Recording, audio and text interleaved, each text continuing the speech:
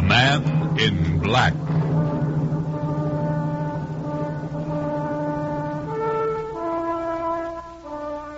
Come with me down the long corridor, through the shadows, to the secluded study of the famous teller of tales.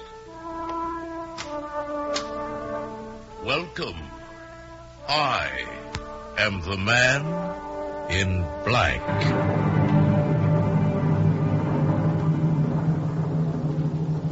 These magnificent volumes you see surrounding me contain the world's greatest collection of unusual and fantastic stories. Today, I have selected a tale by Mr. John Russell, a strange story of the South Seas, The Price of the Head.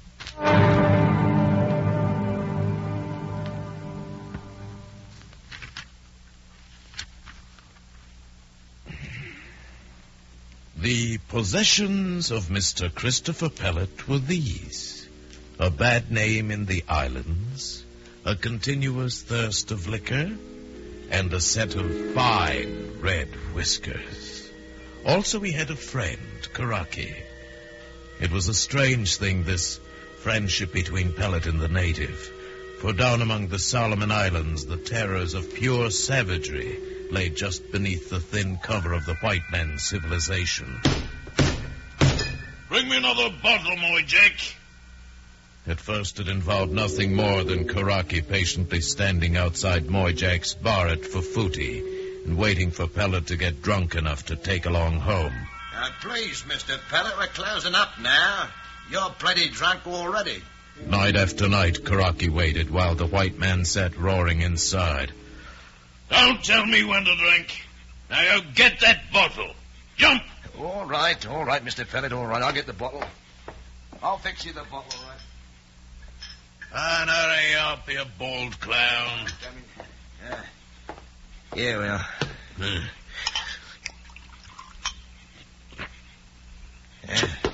Plenty good rum. Eh, Mr. Pellet? It stinks. And so do you. And so does this old bloody island. Don't you like my rum? Yes, what I think of your rum. Oh, come here, Moy Jack. I'm going to crack your ribs. Crack your... Hey, Karaki. Karaki, take him out. A few minutes later, Karaki had the white man across his shoulder and bore him down the beach to the miserable shelter of pandanus leaves that they called home. There he eased Pellet to a mat, bathed him with cool water, and carefully brushed the dirt from his bright red hair and whiskers. It was quite a mystery at Fufuti, the friendship between these two men. After all, Karaki was nothing more than a heathen from Bougainville, a place where some people were smoked and others eaten. It was midday when Mr. Christopher Pellet awoke, groaned his way out of a painful fog of alcohol. Rum, Crocky. Rum. No rum. You drink too much rum last night. Too much Moy Jack rum. Huh? What do you mean? Too much Moy Jack rum? Moy Jack. Put white powder in bottle. Huh? Make him you sleep. So that's it. Why, that little rat. Well, I'll tear his throat out. Be careful. Moy Jack all time. Carry knife. Cut face all up. That little wax man. I'll murder him. Come on, Karaki. Half in anger and half in anticipation of the pleasure of beating someone up, Pellet staggered off down the beach toward Moy Jack's bar. Karaki followed him. It was the noon hour of repose, and all Fufuti was asleep. Pellet reached the bar and found Moy Jack dozing peacefully among his bottles. He woke him with a savage kick. Get up, you dirty scum! Get up so I can bust holes! You're hurting me. Pellet, let go. Feed me a Mickey, will you? Not again, you won't! Now I'll cut you, Pellet. Ah, will you now? Well, I'll just fix me a knife, too. Wow, Come on, my Jack. I want to twist this bottle around in your face.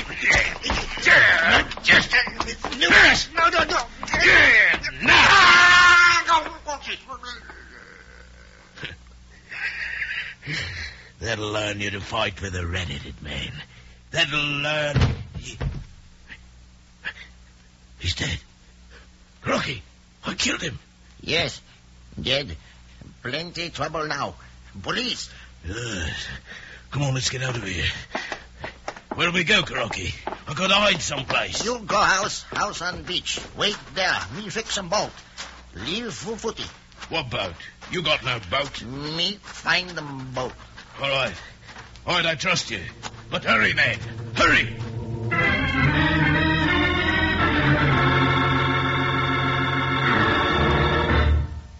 We return to the price of the head in just a moment.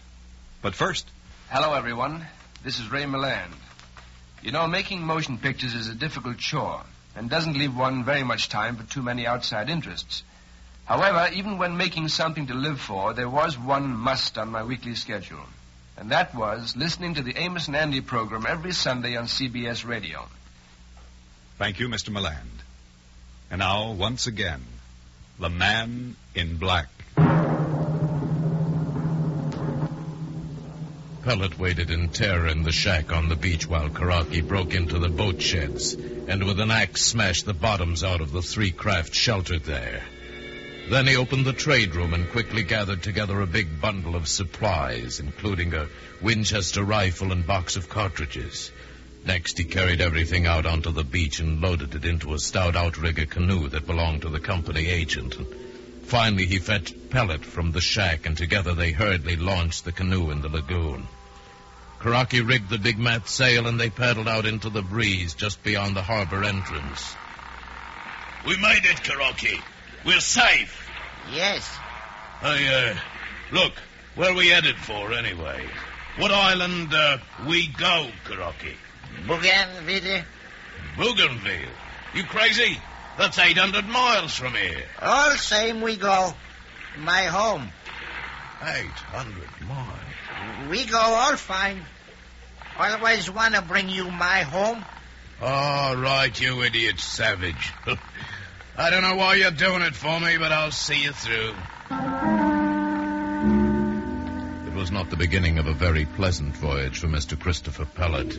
The fear of being captured and hanged was great enough, but added to it were the horrors brought on by a sudden and complete lack of alcohol. And Pellet had been constantly drunk for over 2 years. The first night he was too seasick to care, but by morning he was raving. However, Karaki quickly tied him up hand and foot and lashed him under a thwart and continued to sail off into the open sea. Now and again he threw a dipper full of seawater over the white man and occasionally fed him with coconut milk. Karaki was an excellent nurse. He even combed Pellet's red hair and whiskers twice every day. By the time they reached the Santa Cruz region, Pellet's condition had improved and Karaki released him. They were now in an area peppered with tiny islets, and Karaki decided to land on the lee of one in order to replenish their water supply. He dropped sail and was paddling slowly into the beach, when suddenly from out of nowhere a cutter carrying 2 white men appeared behind them. One of the men signaled for the canoe to stop and surrender, but Karaki had other ideas. No! No catching Karaki and Pellet! No way! Put that gun down, Karaki. We're in enough trouble now. Okay, I shoot. Stop, Karaki! For some foolish reason, the 2 white men didn't believe a native would dare resist them. And for their mistake, they were both killed, and the cutter sunk. Karaki, however, wasted no time sailing back into the open sea without his precious water. And 29 days later, he was doling out the few remaining drops to Pellet, taking none for himself.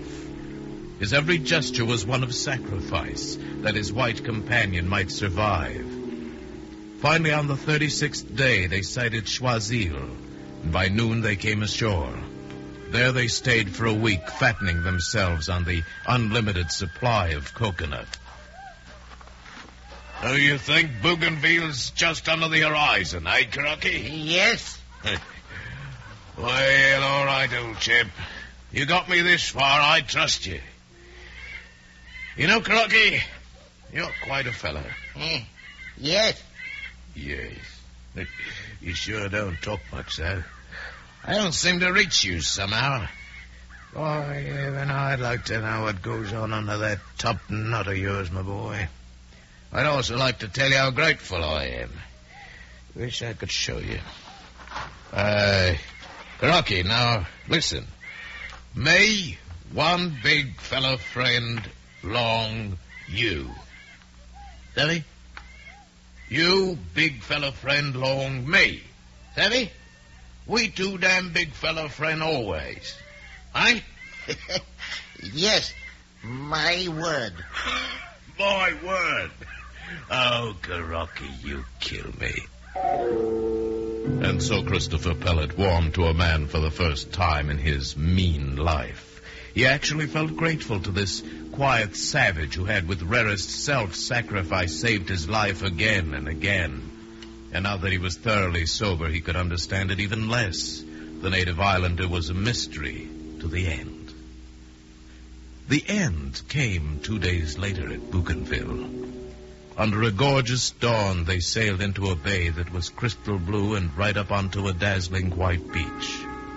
Pellet was the first ashore, and he ran up to a rocky point to see all the charm of the place for himself. Crocky, in his simple and efficient way, proceeded about his own affairs. He landed what was left of the supplies stolen at Pafuti and piled them high on the beach. A few minutes after, Pellet heard a gentle footstep behind him and turned to find Crocky standing there with the rifle at his hip and an axe in his hand. Me like. Oh, sir. Me like, too. This is a great place you have here, Crocky. Me like 'em head. Huh?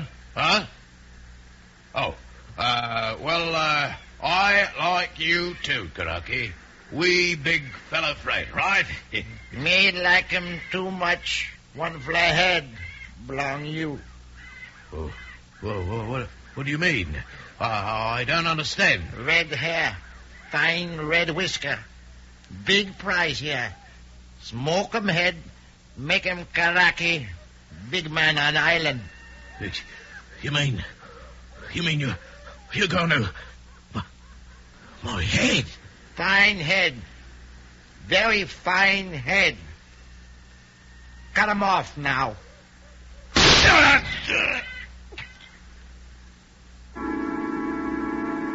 That was the way of it. That was all the mystery. In Crocky's country, a white man's head, well smoked, was indeed a prize. But that of Mr. Christopher Pellet with his precious red whiskers was a thing to be desired above the love of women. And the simple, patient, enduring Crocky had served hard to win it. And did it really matter to Pellet how or why he died, since his own race would have hanged him for murder anyway?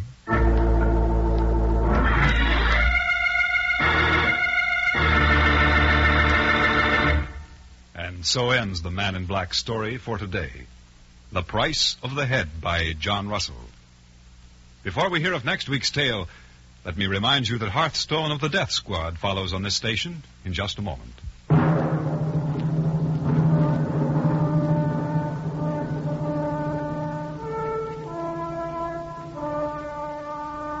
Next week, I've selected for you one of the most unusual and terrifying stories in my library.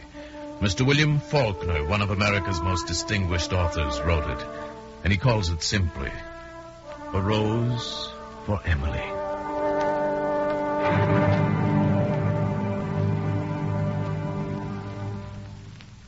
The Man in Black stars Paul Frees, today assisted by the noted Hollywood actor John Daner. This is the CBS Radio Network.